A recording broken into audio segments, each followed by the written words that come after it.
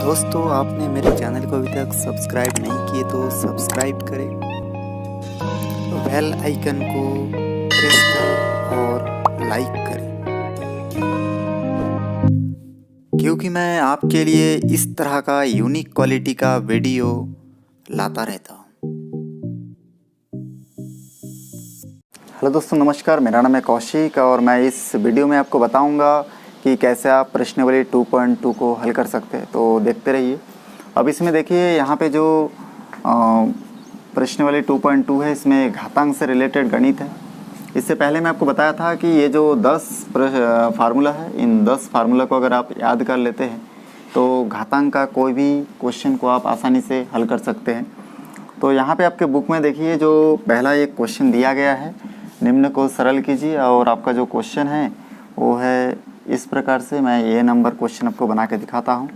तो देखिए 2/7 और इसका जो घात है वो उसका है 3 इंटू उसके बाद 1/2 और इसका घात भी 3 है। अब देखिए मैं इसको लिख दिया हूँ। अब इसमें हम लोग देखेंगे कि कोई फार्मूला अप्लाई होता है कि नहीं होता है। अब इसमें देखिए दिख रहा है कि 2/7 इंटू 3 और यहाँ पे 1/2 और इसका घात दिया है 3। अब इसमें से फार्मूला में देखने से हमको दिख रहा है कि कोई भी फार्मूला इसमें अप्लाई नहीं हो रहा है इसमें। तो फार्मूला अगर अप्लाई नहीं होता तो हम लोग जानते हैं कि किसी भी संख्या के ऊपर जितना घात रहता है उस संख्या को उतनी बार लिखना रहता है। तो मैं इसको लिख लेता हूँ। देखिए 2/7 का घात जो है 3 है, तो इसको मैं 3 बार लिख सकता हूँ। 2/7, 2/7 और 2/7। उसके बाद 1/2 भाई 3 बार है, तो मैं इसको 3 बार लिख लेता हूँ। 1 बार, 2 बार और 3 बार। उसके बाद यहाँ पे देखिए कि बटे के ऊपर जो है 2 है और बटे के नीचे 3 जगह पे 2 है, तो ये दोनों आपस में कटेगा, ये तीनों कटेगा आपस में। अब इसके बटे के ऊपर खाली 1 बचा है, उसको अगर हम लोग गुना करेंगे तो 1 बचेगा। और बटे के नीचे जो है 7 जो है 3 बार बचा है, तो इसको गुना कर देख लेते गुना करके। तो देखिए 1 यहाँ पे जाएगा 7 7 49 गुणित 7 और अगले स्टेप में 1 देखिए यहाँ पे अगर दोनों को गुना करेंगे तो 9 7 63 का 3 हासिल 6 और 4 7 28 और 6 हो जाएगा आपका 34। तो इस प्रकार से हमारा जो पहला नंबर क्वेश्चन है हल हो चुका है। तो ऐसा ज़रूरी नहीं है कि आप हर बार फार्मूला अप्लाई करेंगे, आप बिना फार्मूला अप्लाई किए भी बना सकते हैं। इसके बाद देखिए मैं इसमें आप लोगों को बताता हूँ इसका जो और एक क्वेश्चन ले लेते हैं, जैसे डी नंबर क्वेश्चन ले लेते हैं या फिर सी नंबर लेके आपको बताता हूँ कि आप कैसे इसको हल कर सकते हैं। तो चलिए मैं इसको सी नंबर क्वेश्चन ले लेता हूँ।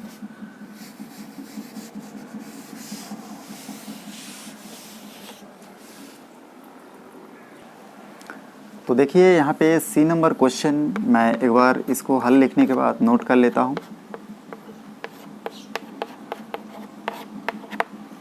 अब यहाँ पे मैं जैसे आपको बताया था कि किसी भी माइनस वाले संख्या के घात अगर विषम संख्या है, जैसे देखिए माइनस के घात विषम है तो इसका आंसर जो माइनस में आएगा।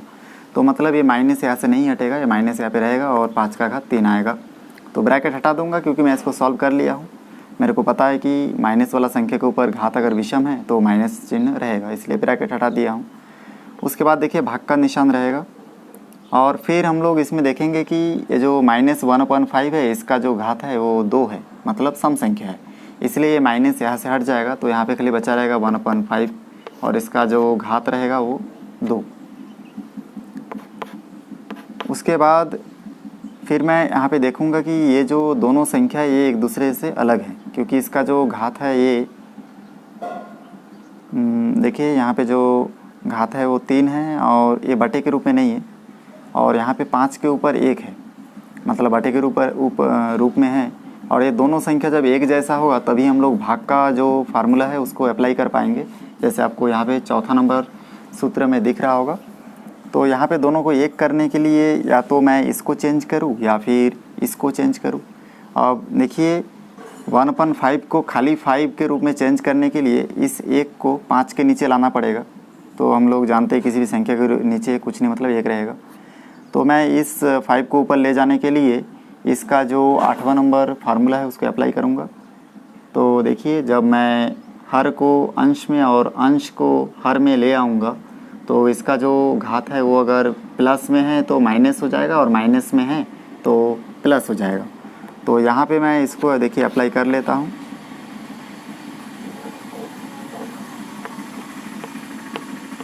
तो इसको मैं चेंज करके 5 को ऊपर और 1 को नीचे कर दूंगा। तो यहाँ इसका घात जो है प्लस में था तो माइनस में हो जाएगा, -2 हो गया। उसके बाद देखिए यहाँ पे माइनस तो अपनी जगह पे रहेगा और 5 का घात 3 भागित, अब हम लोग जानते हैं किसी भी संख्या के नीचे 1 है तो उसको लिखने की आवश्यकता नहीं है, तो इसका जो घात है वो -2 रहेगा। अब इस में हम लोग देखेंगे, अब यहाँ पे अप्लाई किया जा सकता है। अब इसको इस में अगर हम लोग अप्लाई करेंगे तो देखिए इस प्रकार से लिख सकता हूँ मैं। यहाँ पे इन दोनों के जो 5 और 5 है इन दोनों के बीच में, ठीक है, इन दोनों के बीच में भाग का निशान है। तो हम लोग जानते हैं कि भाग का निशान जब रहता है तो उसका जो हर है वो, उसका जो घातांक है वो आपस में घटता है। तो यहाँ पे ये घटेगा, तो 5 का घात 3, तो यहाँ पे देखिए माइनस का निशान लगेगा क्योंकि ये फार्मूला में है। और यहाँ पे 2 जो है, ठीक है, -2 जो है उसको मैं यहाँ पे लिख दूंगा ऐसे। तो ये देखिए बहुत आसानी से मैं लिख दिया। यहाँ तक शायद आपको समझ में आ गया होगा। अब इसमें जो जो हम लोग फार्मूला अप्लाई किए थे उन सभी फार्मूलों को यहाँ पे लिखने से लिख सकते हैं। तो आप लोग जब बनाओगे नोट्स तो आप लोग लिख लेंगे। अब इसके बाद देखिए यहाँ पे माइनस की जगह माइनस रहेगा और 5 की जगह 5, और इसका जो घात है वो देखिए माइनस माइनस में प्लस हो जाएगा, तो 3 + 2 हो जाएगा। अब उसके बाद -5 ब्रैकेट के ऊपर जो है 3 और 2 5 हो गया। तो ये देखिए अब 5 को हम लोग 5 बार लिखेंगे क्योंकि इसका घात जो है 5 बार है। आप लोग चाहे तो या सीधा डायरेक्टली यहीं पे लिख दीजिएगा। अब मैं इसको पाँचों को अगर आपस में गुना करूँगा तो उसके बाद देखिए गुना करके हमको देखना पड़ेगा कि इसका आंसर 3125 आएगा। तो इसको आप रफ में जब हल करेंगे तो आपको ये आ जाएगा 5 पंजे 25 और 5 पंजे के 125 और 5 पंजे 25 और 5 25 के 125 और 125 पंजे 625 और 625 पंजे 3125 आपका आंसर आएगा, माइनस अपनी जगह पे रहेगा। तो इसको थोड़ा ध्यान से और देखिए क्या क्या हुआ है। इसमें मैं एक बार रिपीट कर देता हूँ। सबसे पहला काम आपको ये करना है कि इसमें जो क्वेश्चन में दिया है उसको लिख लेना है। लिखने के बाद देखना है कि ये दोनों के जो संख्या है, ये दोनों संख्या के जो घात है उसको हम लोग एक बार चेक कर लेते हैं। विषम है तो माइनस का चिन्ह रहेगा और सम है तो माइनस का चिन्ह हट जाएगा, तो मैं इसमें हटा दिया।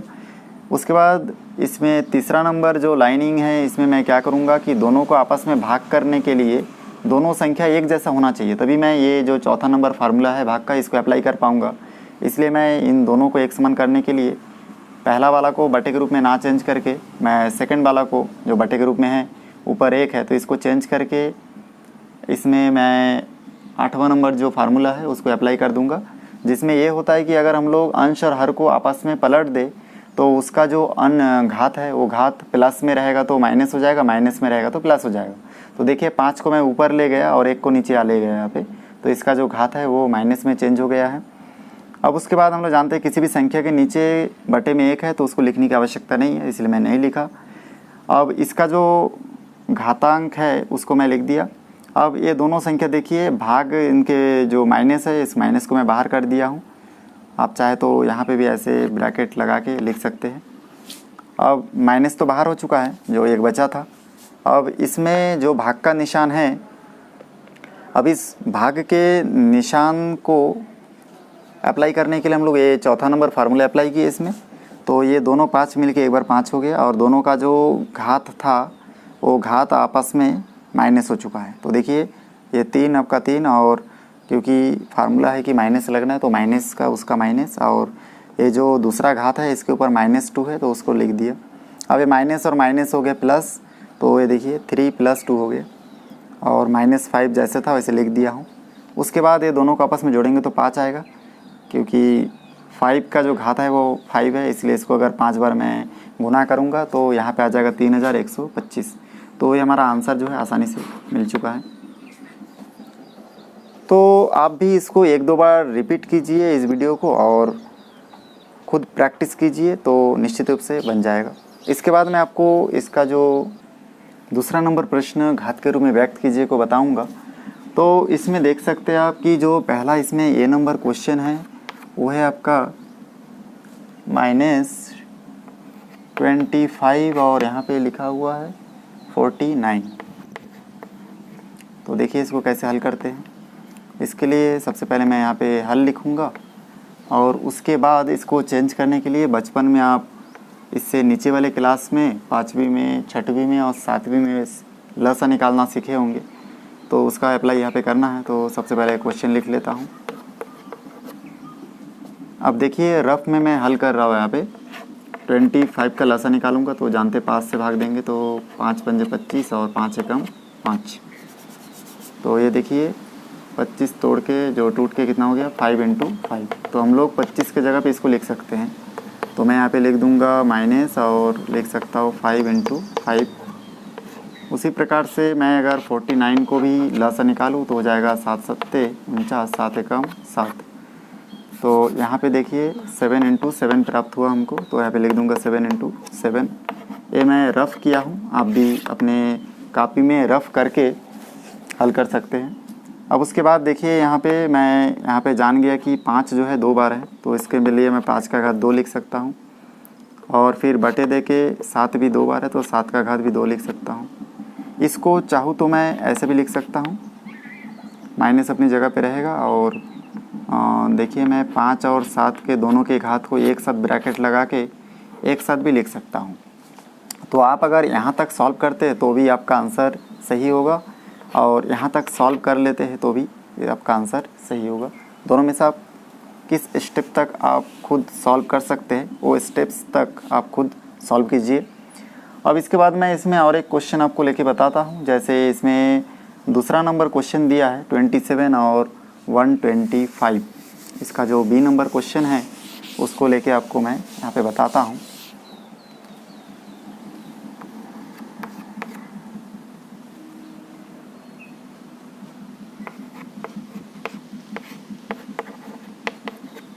ये जो लसा है आप बचपन में क्या आप 6वीं क्लास में जब थे तब बहुत सारे पाठ में आप देखे होंगे, इसका उपयोग किए होंगे। और ख़ास करके उसमें लसा और मासा करके एक प्रश्न वाली उसमें है, उसमें आप सीखे होंगे। 7th क्लास में भी अप्लाई किए आप, और इस 8वीं क्लास में भी पहले जब आप घन और वर्ग वाले पाठ को पढ़े होंगे उस टाइम भी इसको अप्लाई किए होंगे। तो यहाँ पे देखिए 27 और 125 को हल करने के लिए एक बार प्रश्न को लिख देते हैं। यहाँ पे 27 और 125। अब मैं रफ में देखिए 27 का लसा निकाल लेता हूँ। तो इसका लसा निकालने का नियम है कि जो भी संख्या जो 1 3 5 7 इकाई में अगर 1 3 5 7 या 9 रहेगा तो हम लोग को हमेशा विषम संख्या 3 से भाग दे के देखना चाहिए स्टार्टिंग में। तो यहाँ पे देखिए इकाई के स्थान में जो है 7 है, तो मैं इसको 3 से भाग दूंगा तो 3 × 27 और फिर 9 होने से भी देना है 3 से भाग, तो 3 × 3 9 और फिर 3 एकम 3। तो यहाँ पे हमको इस प्रकार से 3 × 3 इस प्रकार से मिलेगा। तो मैं यहाँ पे बटे के ऊपर लिख देता हूँ 3 × 3 × 3। तो ये हमारा पहला एक बन चुका है। अब उसके बाद मैं इसमें 125 को भी सॉल्व करके देखूंगा, क्योंकि इकाई के स्थान पर क्या है आपका, देखिए इकाई दहाई सैकड़ा, तो इकाई के स्थान पर इसमें 5 है, तो इसलिए मैं इसको 3 से भाग दे के देखूँगा कि ये 3 से भाग जाता है कि नहीं जाता है। तो देखिए 3 से भाग दूंगा तो 3 चौके 12 और 5 में नहीं जाएगा। तो 3 से भाग नहीं जाता तो दूसरा विषम संख्या 5 से भाग दे के देखूँगा, तो 5 से भाग दूंगा, 5 दूनी 10 और 5 पंजे 25, 5 125 के 125 होता है। तो देखिए आपको भाग देना कैसे उसको मैं बता चुका पहले वीडियो में। अब उसके बाद यहाँ पे मैं 25 को फिर, क्योंकि इकाई में 5 है तो इसको फिर 5 से भाग दूंगा, तो हो जाएगा इसमें 5 पंजे 25 और 5 एकम 5। तो देखिए यहाँ पे 5 जो है वो 3 बार आया है। तो ये मैं रफ में हल करके देख चुका हूँ इसको। अब यहाँ पे देखिए 3 कितनी बार आया, 3 बार, और 5 भी यहाँ पे 3 बार आया है। मैं चाहूँ तो यहाँ तक सॉल्व करके इसको आंसर लिख सकता हूँ, या फिर इसको एक स्टेप आगे भी बढ़ा सकते हैं। 3 और 5 को एक साथ मिला के लिखेंगे और ब्रैकेट के बाहर 3 लिख देंगे। तो क्योंकि हमारे यहाँ पे जो छठवां नंबर जो प्रश्न फार्मूला है उसमें हम लोग जानते हैं कि दोनों संख्याओं का घात अगर एक समान है तो दोनों को मिला के एक साथ लिखा जा सकता है, और एक साथ है तो उसको अलग अलग भी लिखा जा सकता है। तो ये देखिए प्रश्न नंबर 2 भी आप बहुत ही आसानी से प्रश्न नंबर 2 भी आप सॉल्व कर सकते हैं। अब मैं आपको प्रश्न नंबर 3 में आप देख सकते हैं, ये बहुत ही इम्पोर्टेंट प्रश्न है। इसमें हमको प्रूफ करना है कि इसका जो 2 साइड है, ये देखिए लेफ्ट हैंड साइड और राइट हैंड साइड, तो लेफ्ट हैंड साइड को मतलब बाया पक्ष को हल करके हमको प्रूफ करना है कि ये दाया पक्ष के बराबर है। तो यहाँ पे देखिए हम लोग इसको सॉल्व करने के लिए सबसे पहले इस प्रश्न को एक बार मैं यहाँ पे नोट कर लेता हूँ। और इससे पहले मैं आपको बता चुका हूँ कि इसमें जितना भी प्रश्न है उसको आप तभी अच्छे से सॉल्व कर पाएंगे जब आप ये जो मैं इसमें 9 फार्मूला लिखा हूँ, इन 9 में से 9 फार्मूला को आप एकदम कंठस्थ याद कर लेंगे।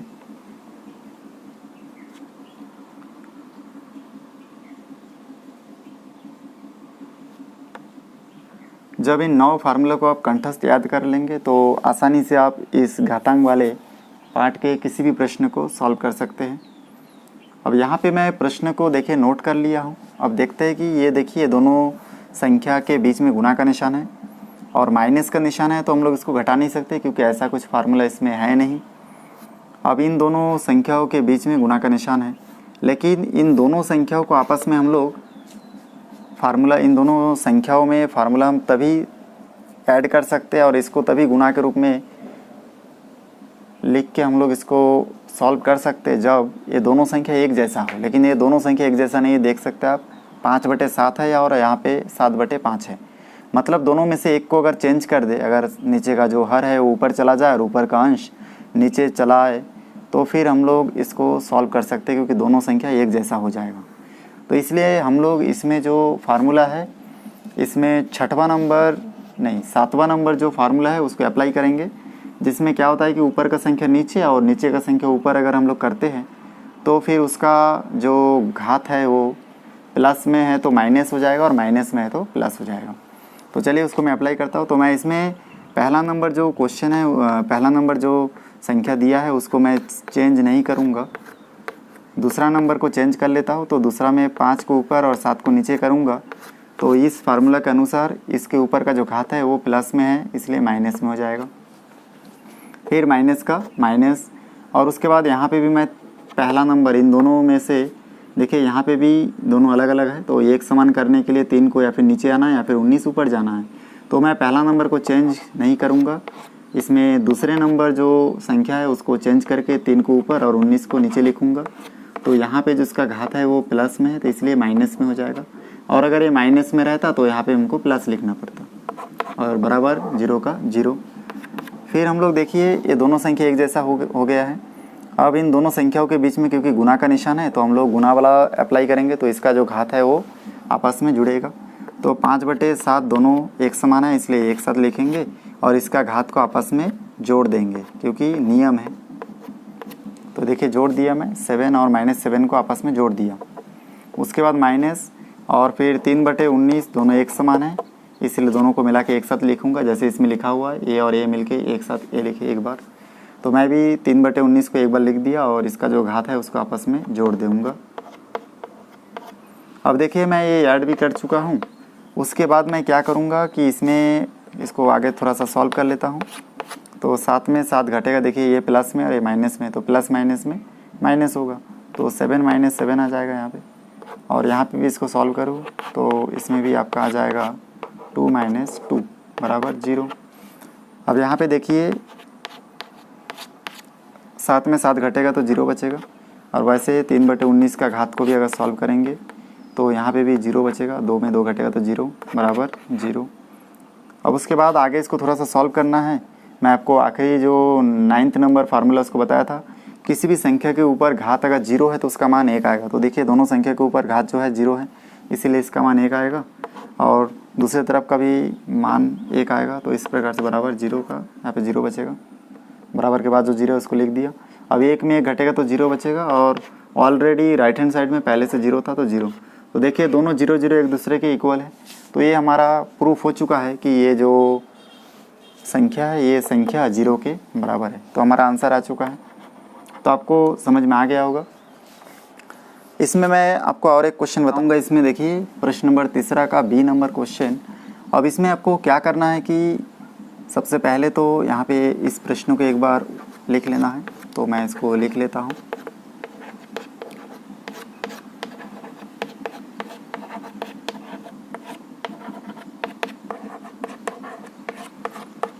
उसके बाद देखिए मैं यहाँ पे बराबर का निशान, यहाँ पे इम्प्लाइज का निशान दे दूँगा, और फिर देख रहे हैं कि ये पहला और दूसरा जो गुणनखंड है ये आपस में एक दूसरे के इक्वल है। देखिए P/Q और यहाँ पे भी P/Q है। तो मैं नियम, गुना वाला नियम इसमें अप्लाई करूँगा, तो P/Q और इसका घात जो है आपस में जुड़ जाएगा। और इसको मैं हल नहीं कर रहा हूँ, इसलिए Q/P अपने जगह पे ही रहेगा। और बराबर के बाद भी जो Q/P है और इसका घात -m है, ये अपनी जगह पे ऐसे ही रहेगा। उसके बाद वाला स्टेप में देखिए इन दोनों को आप अगर ऐड कर दूंगा तो हो जाएगा P/Q, और ये दोनों m मिलके आपस में 2m होगा।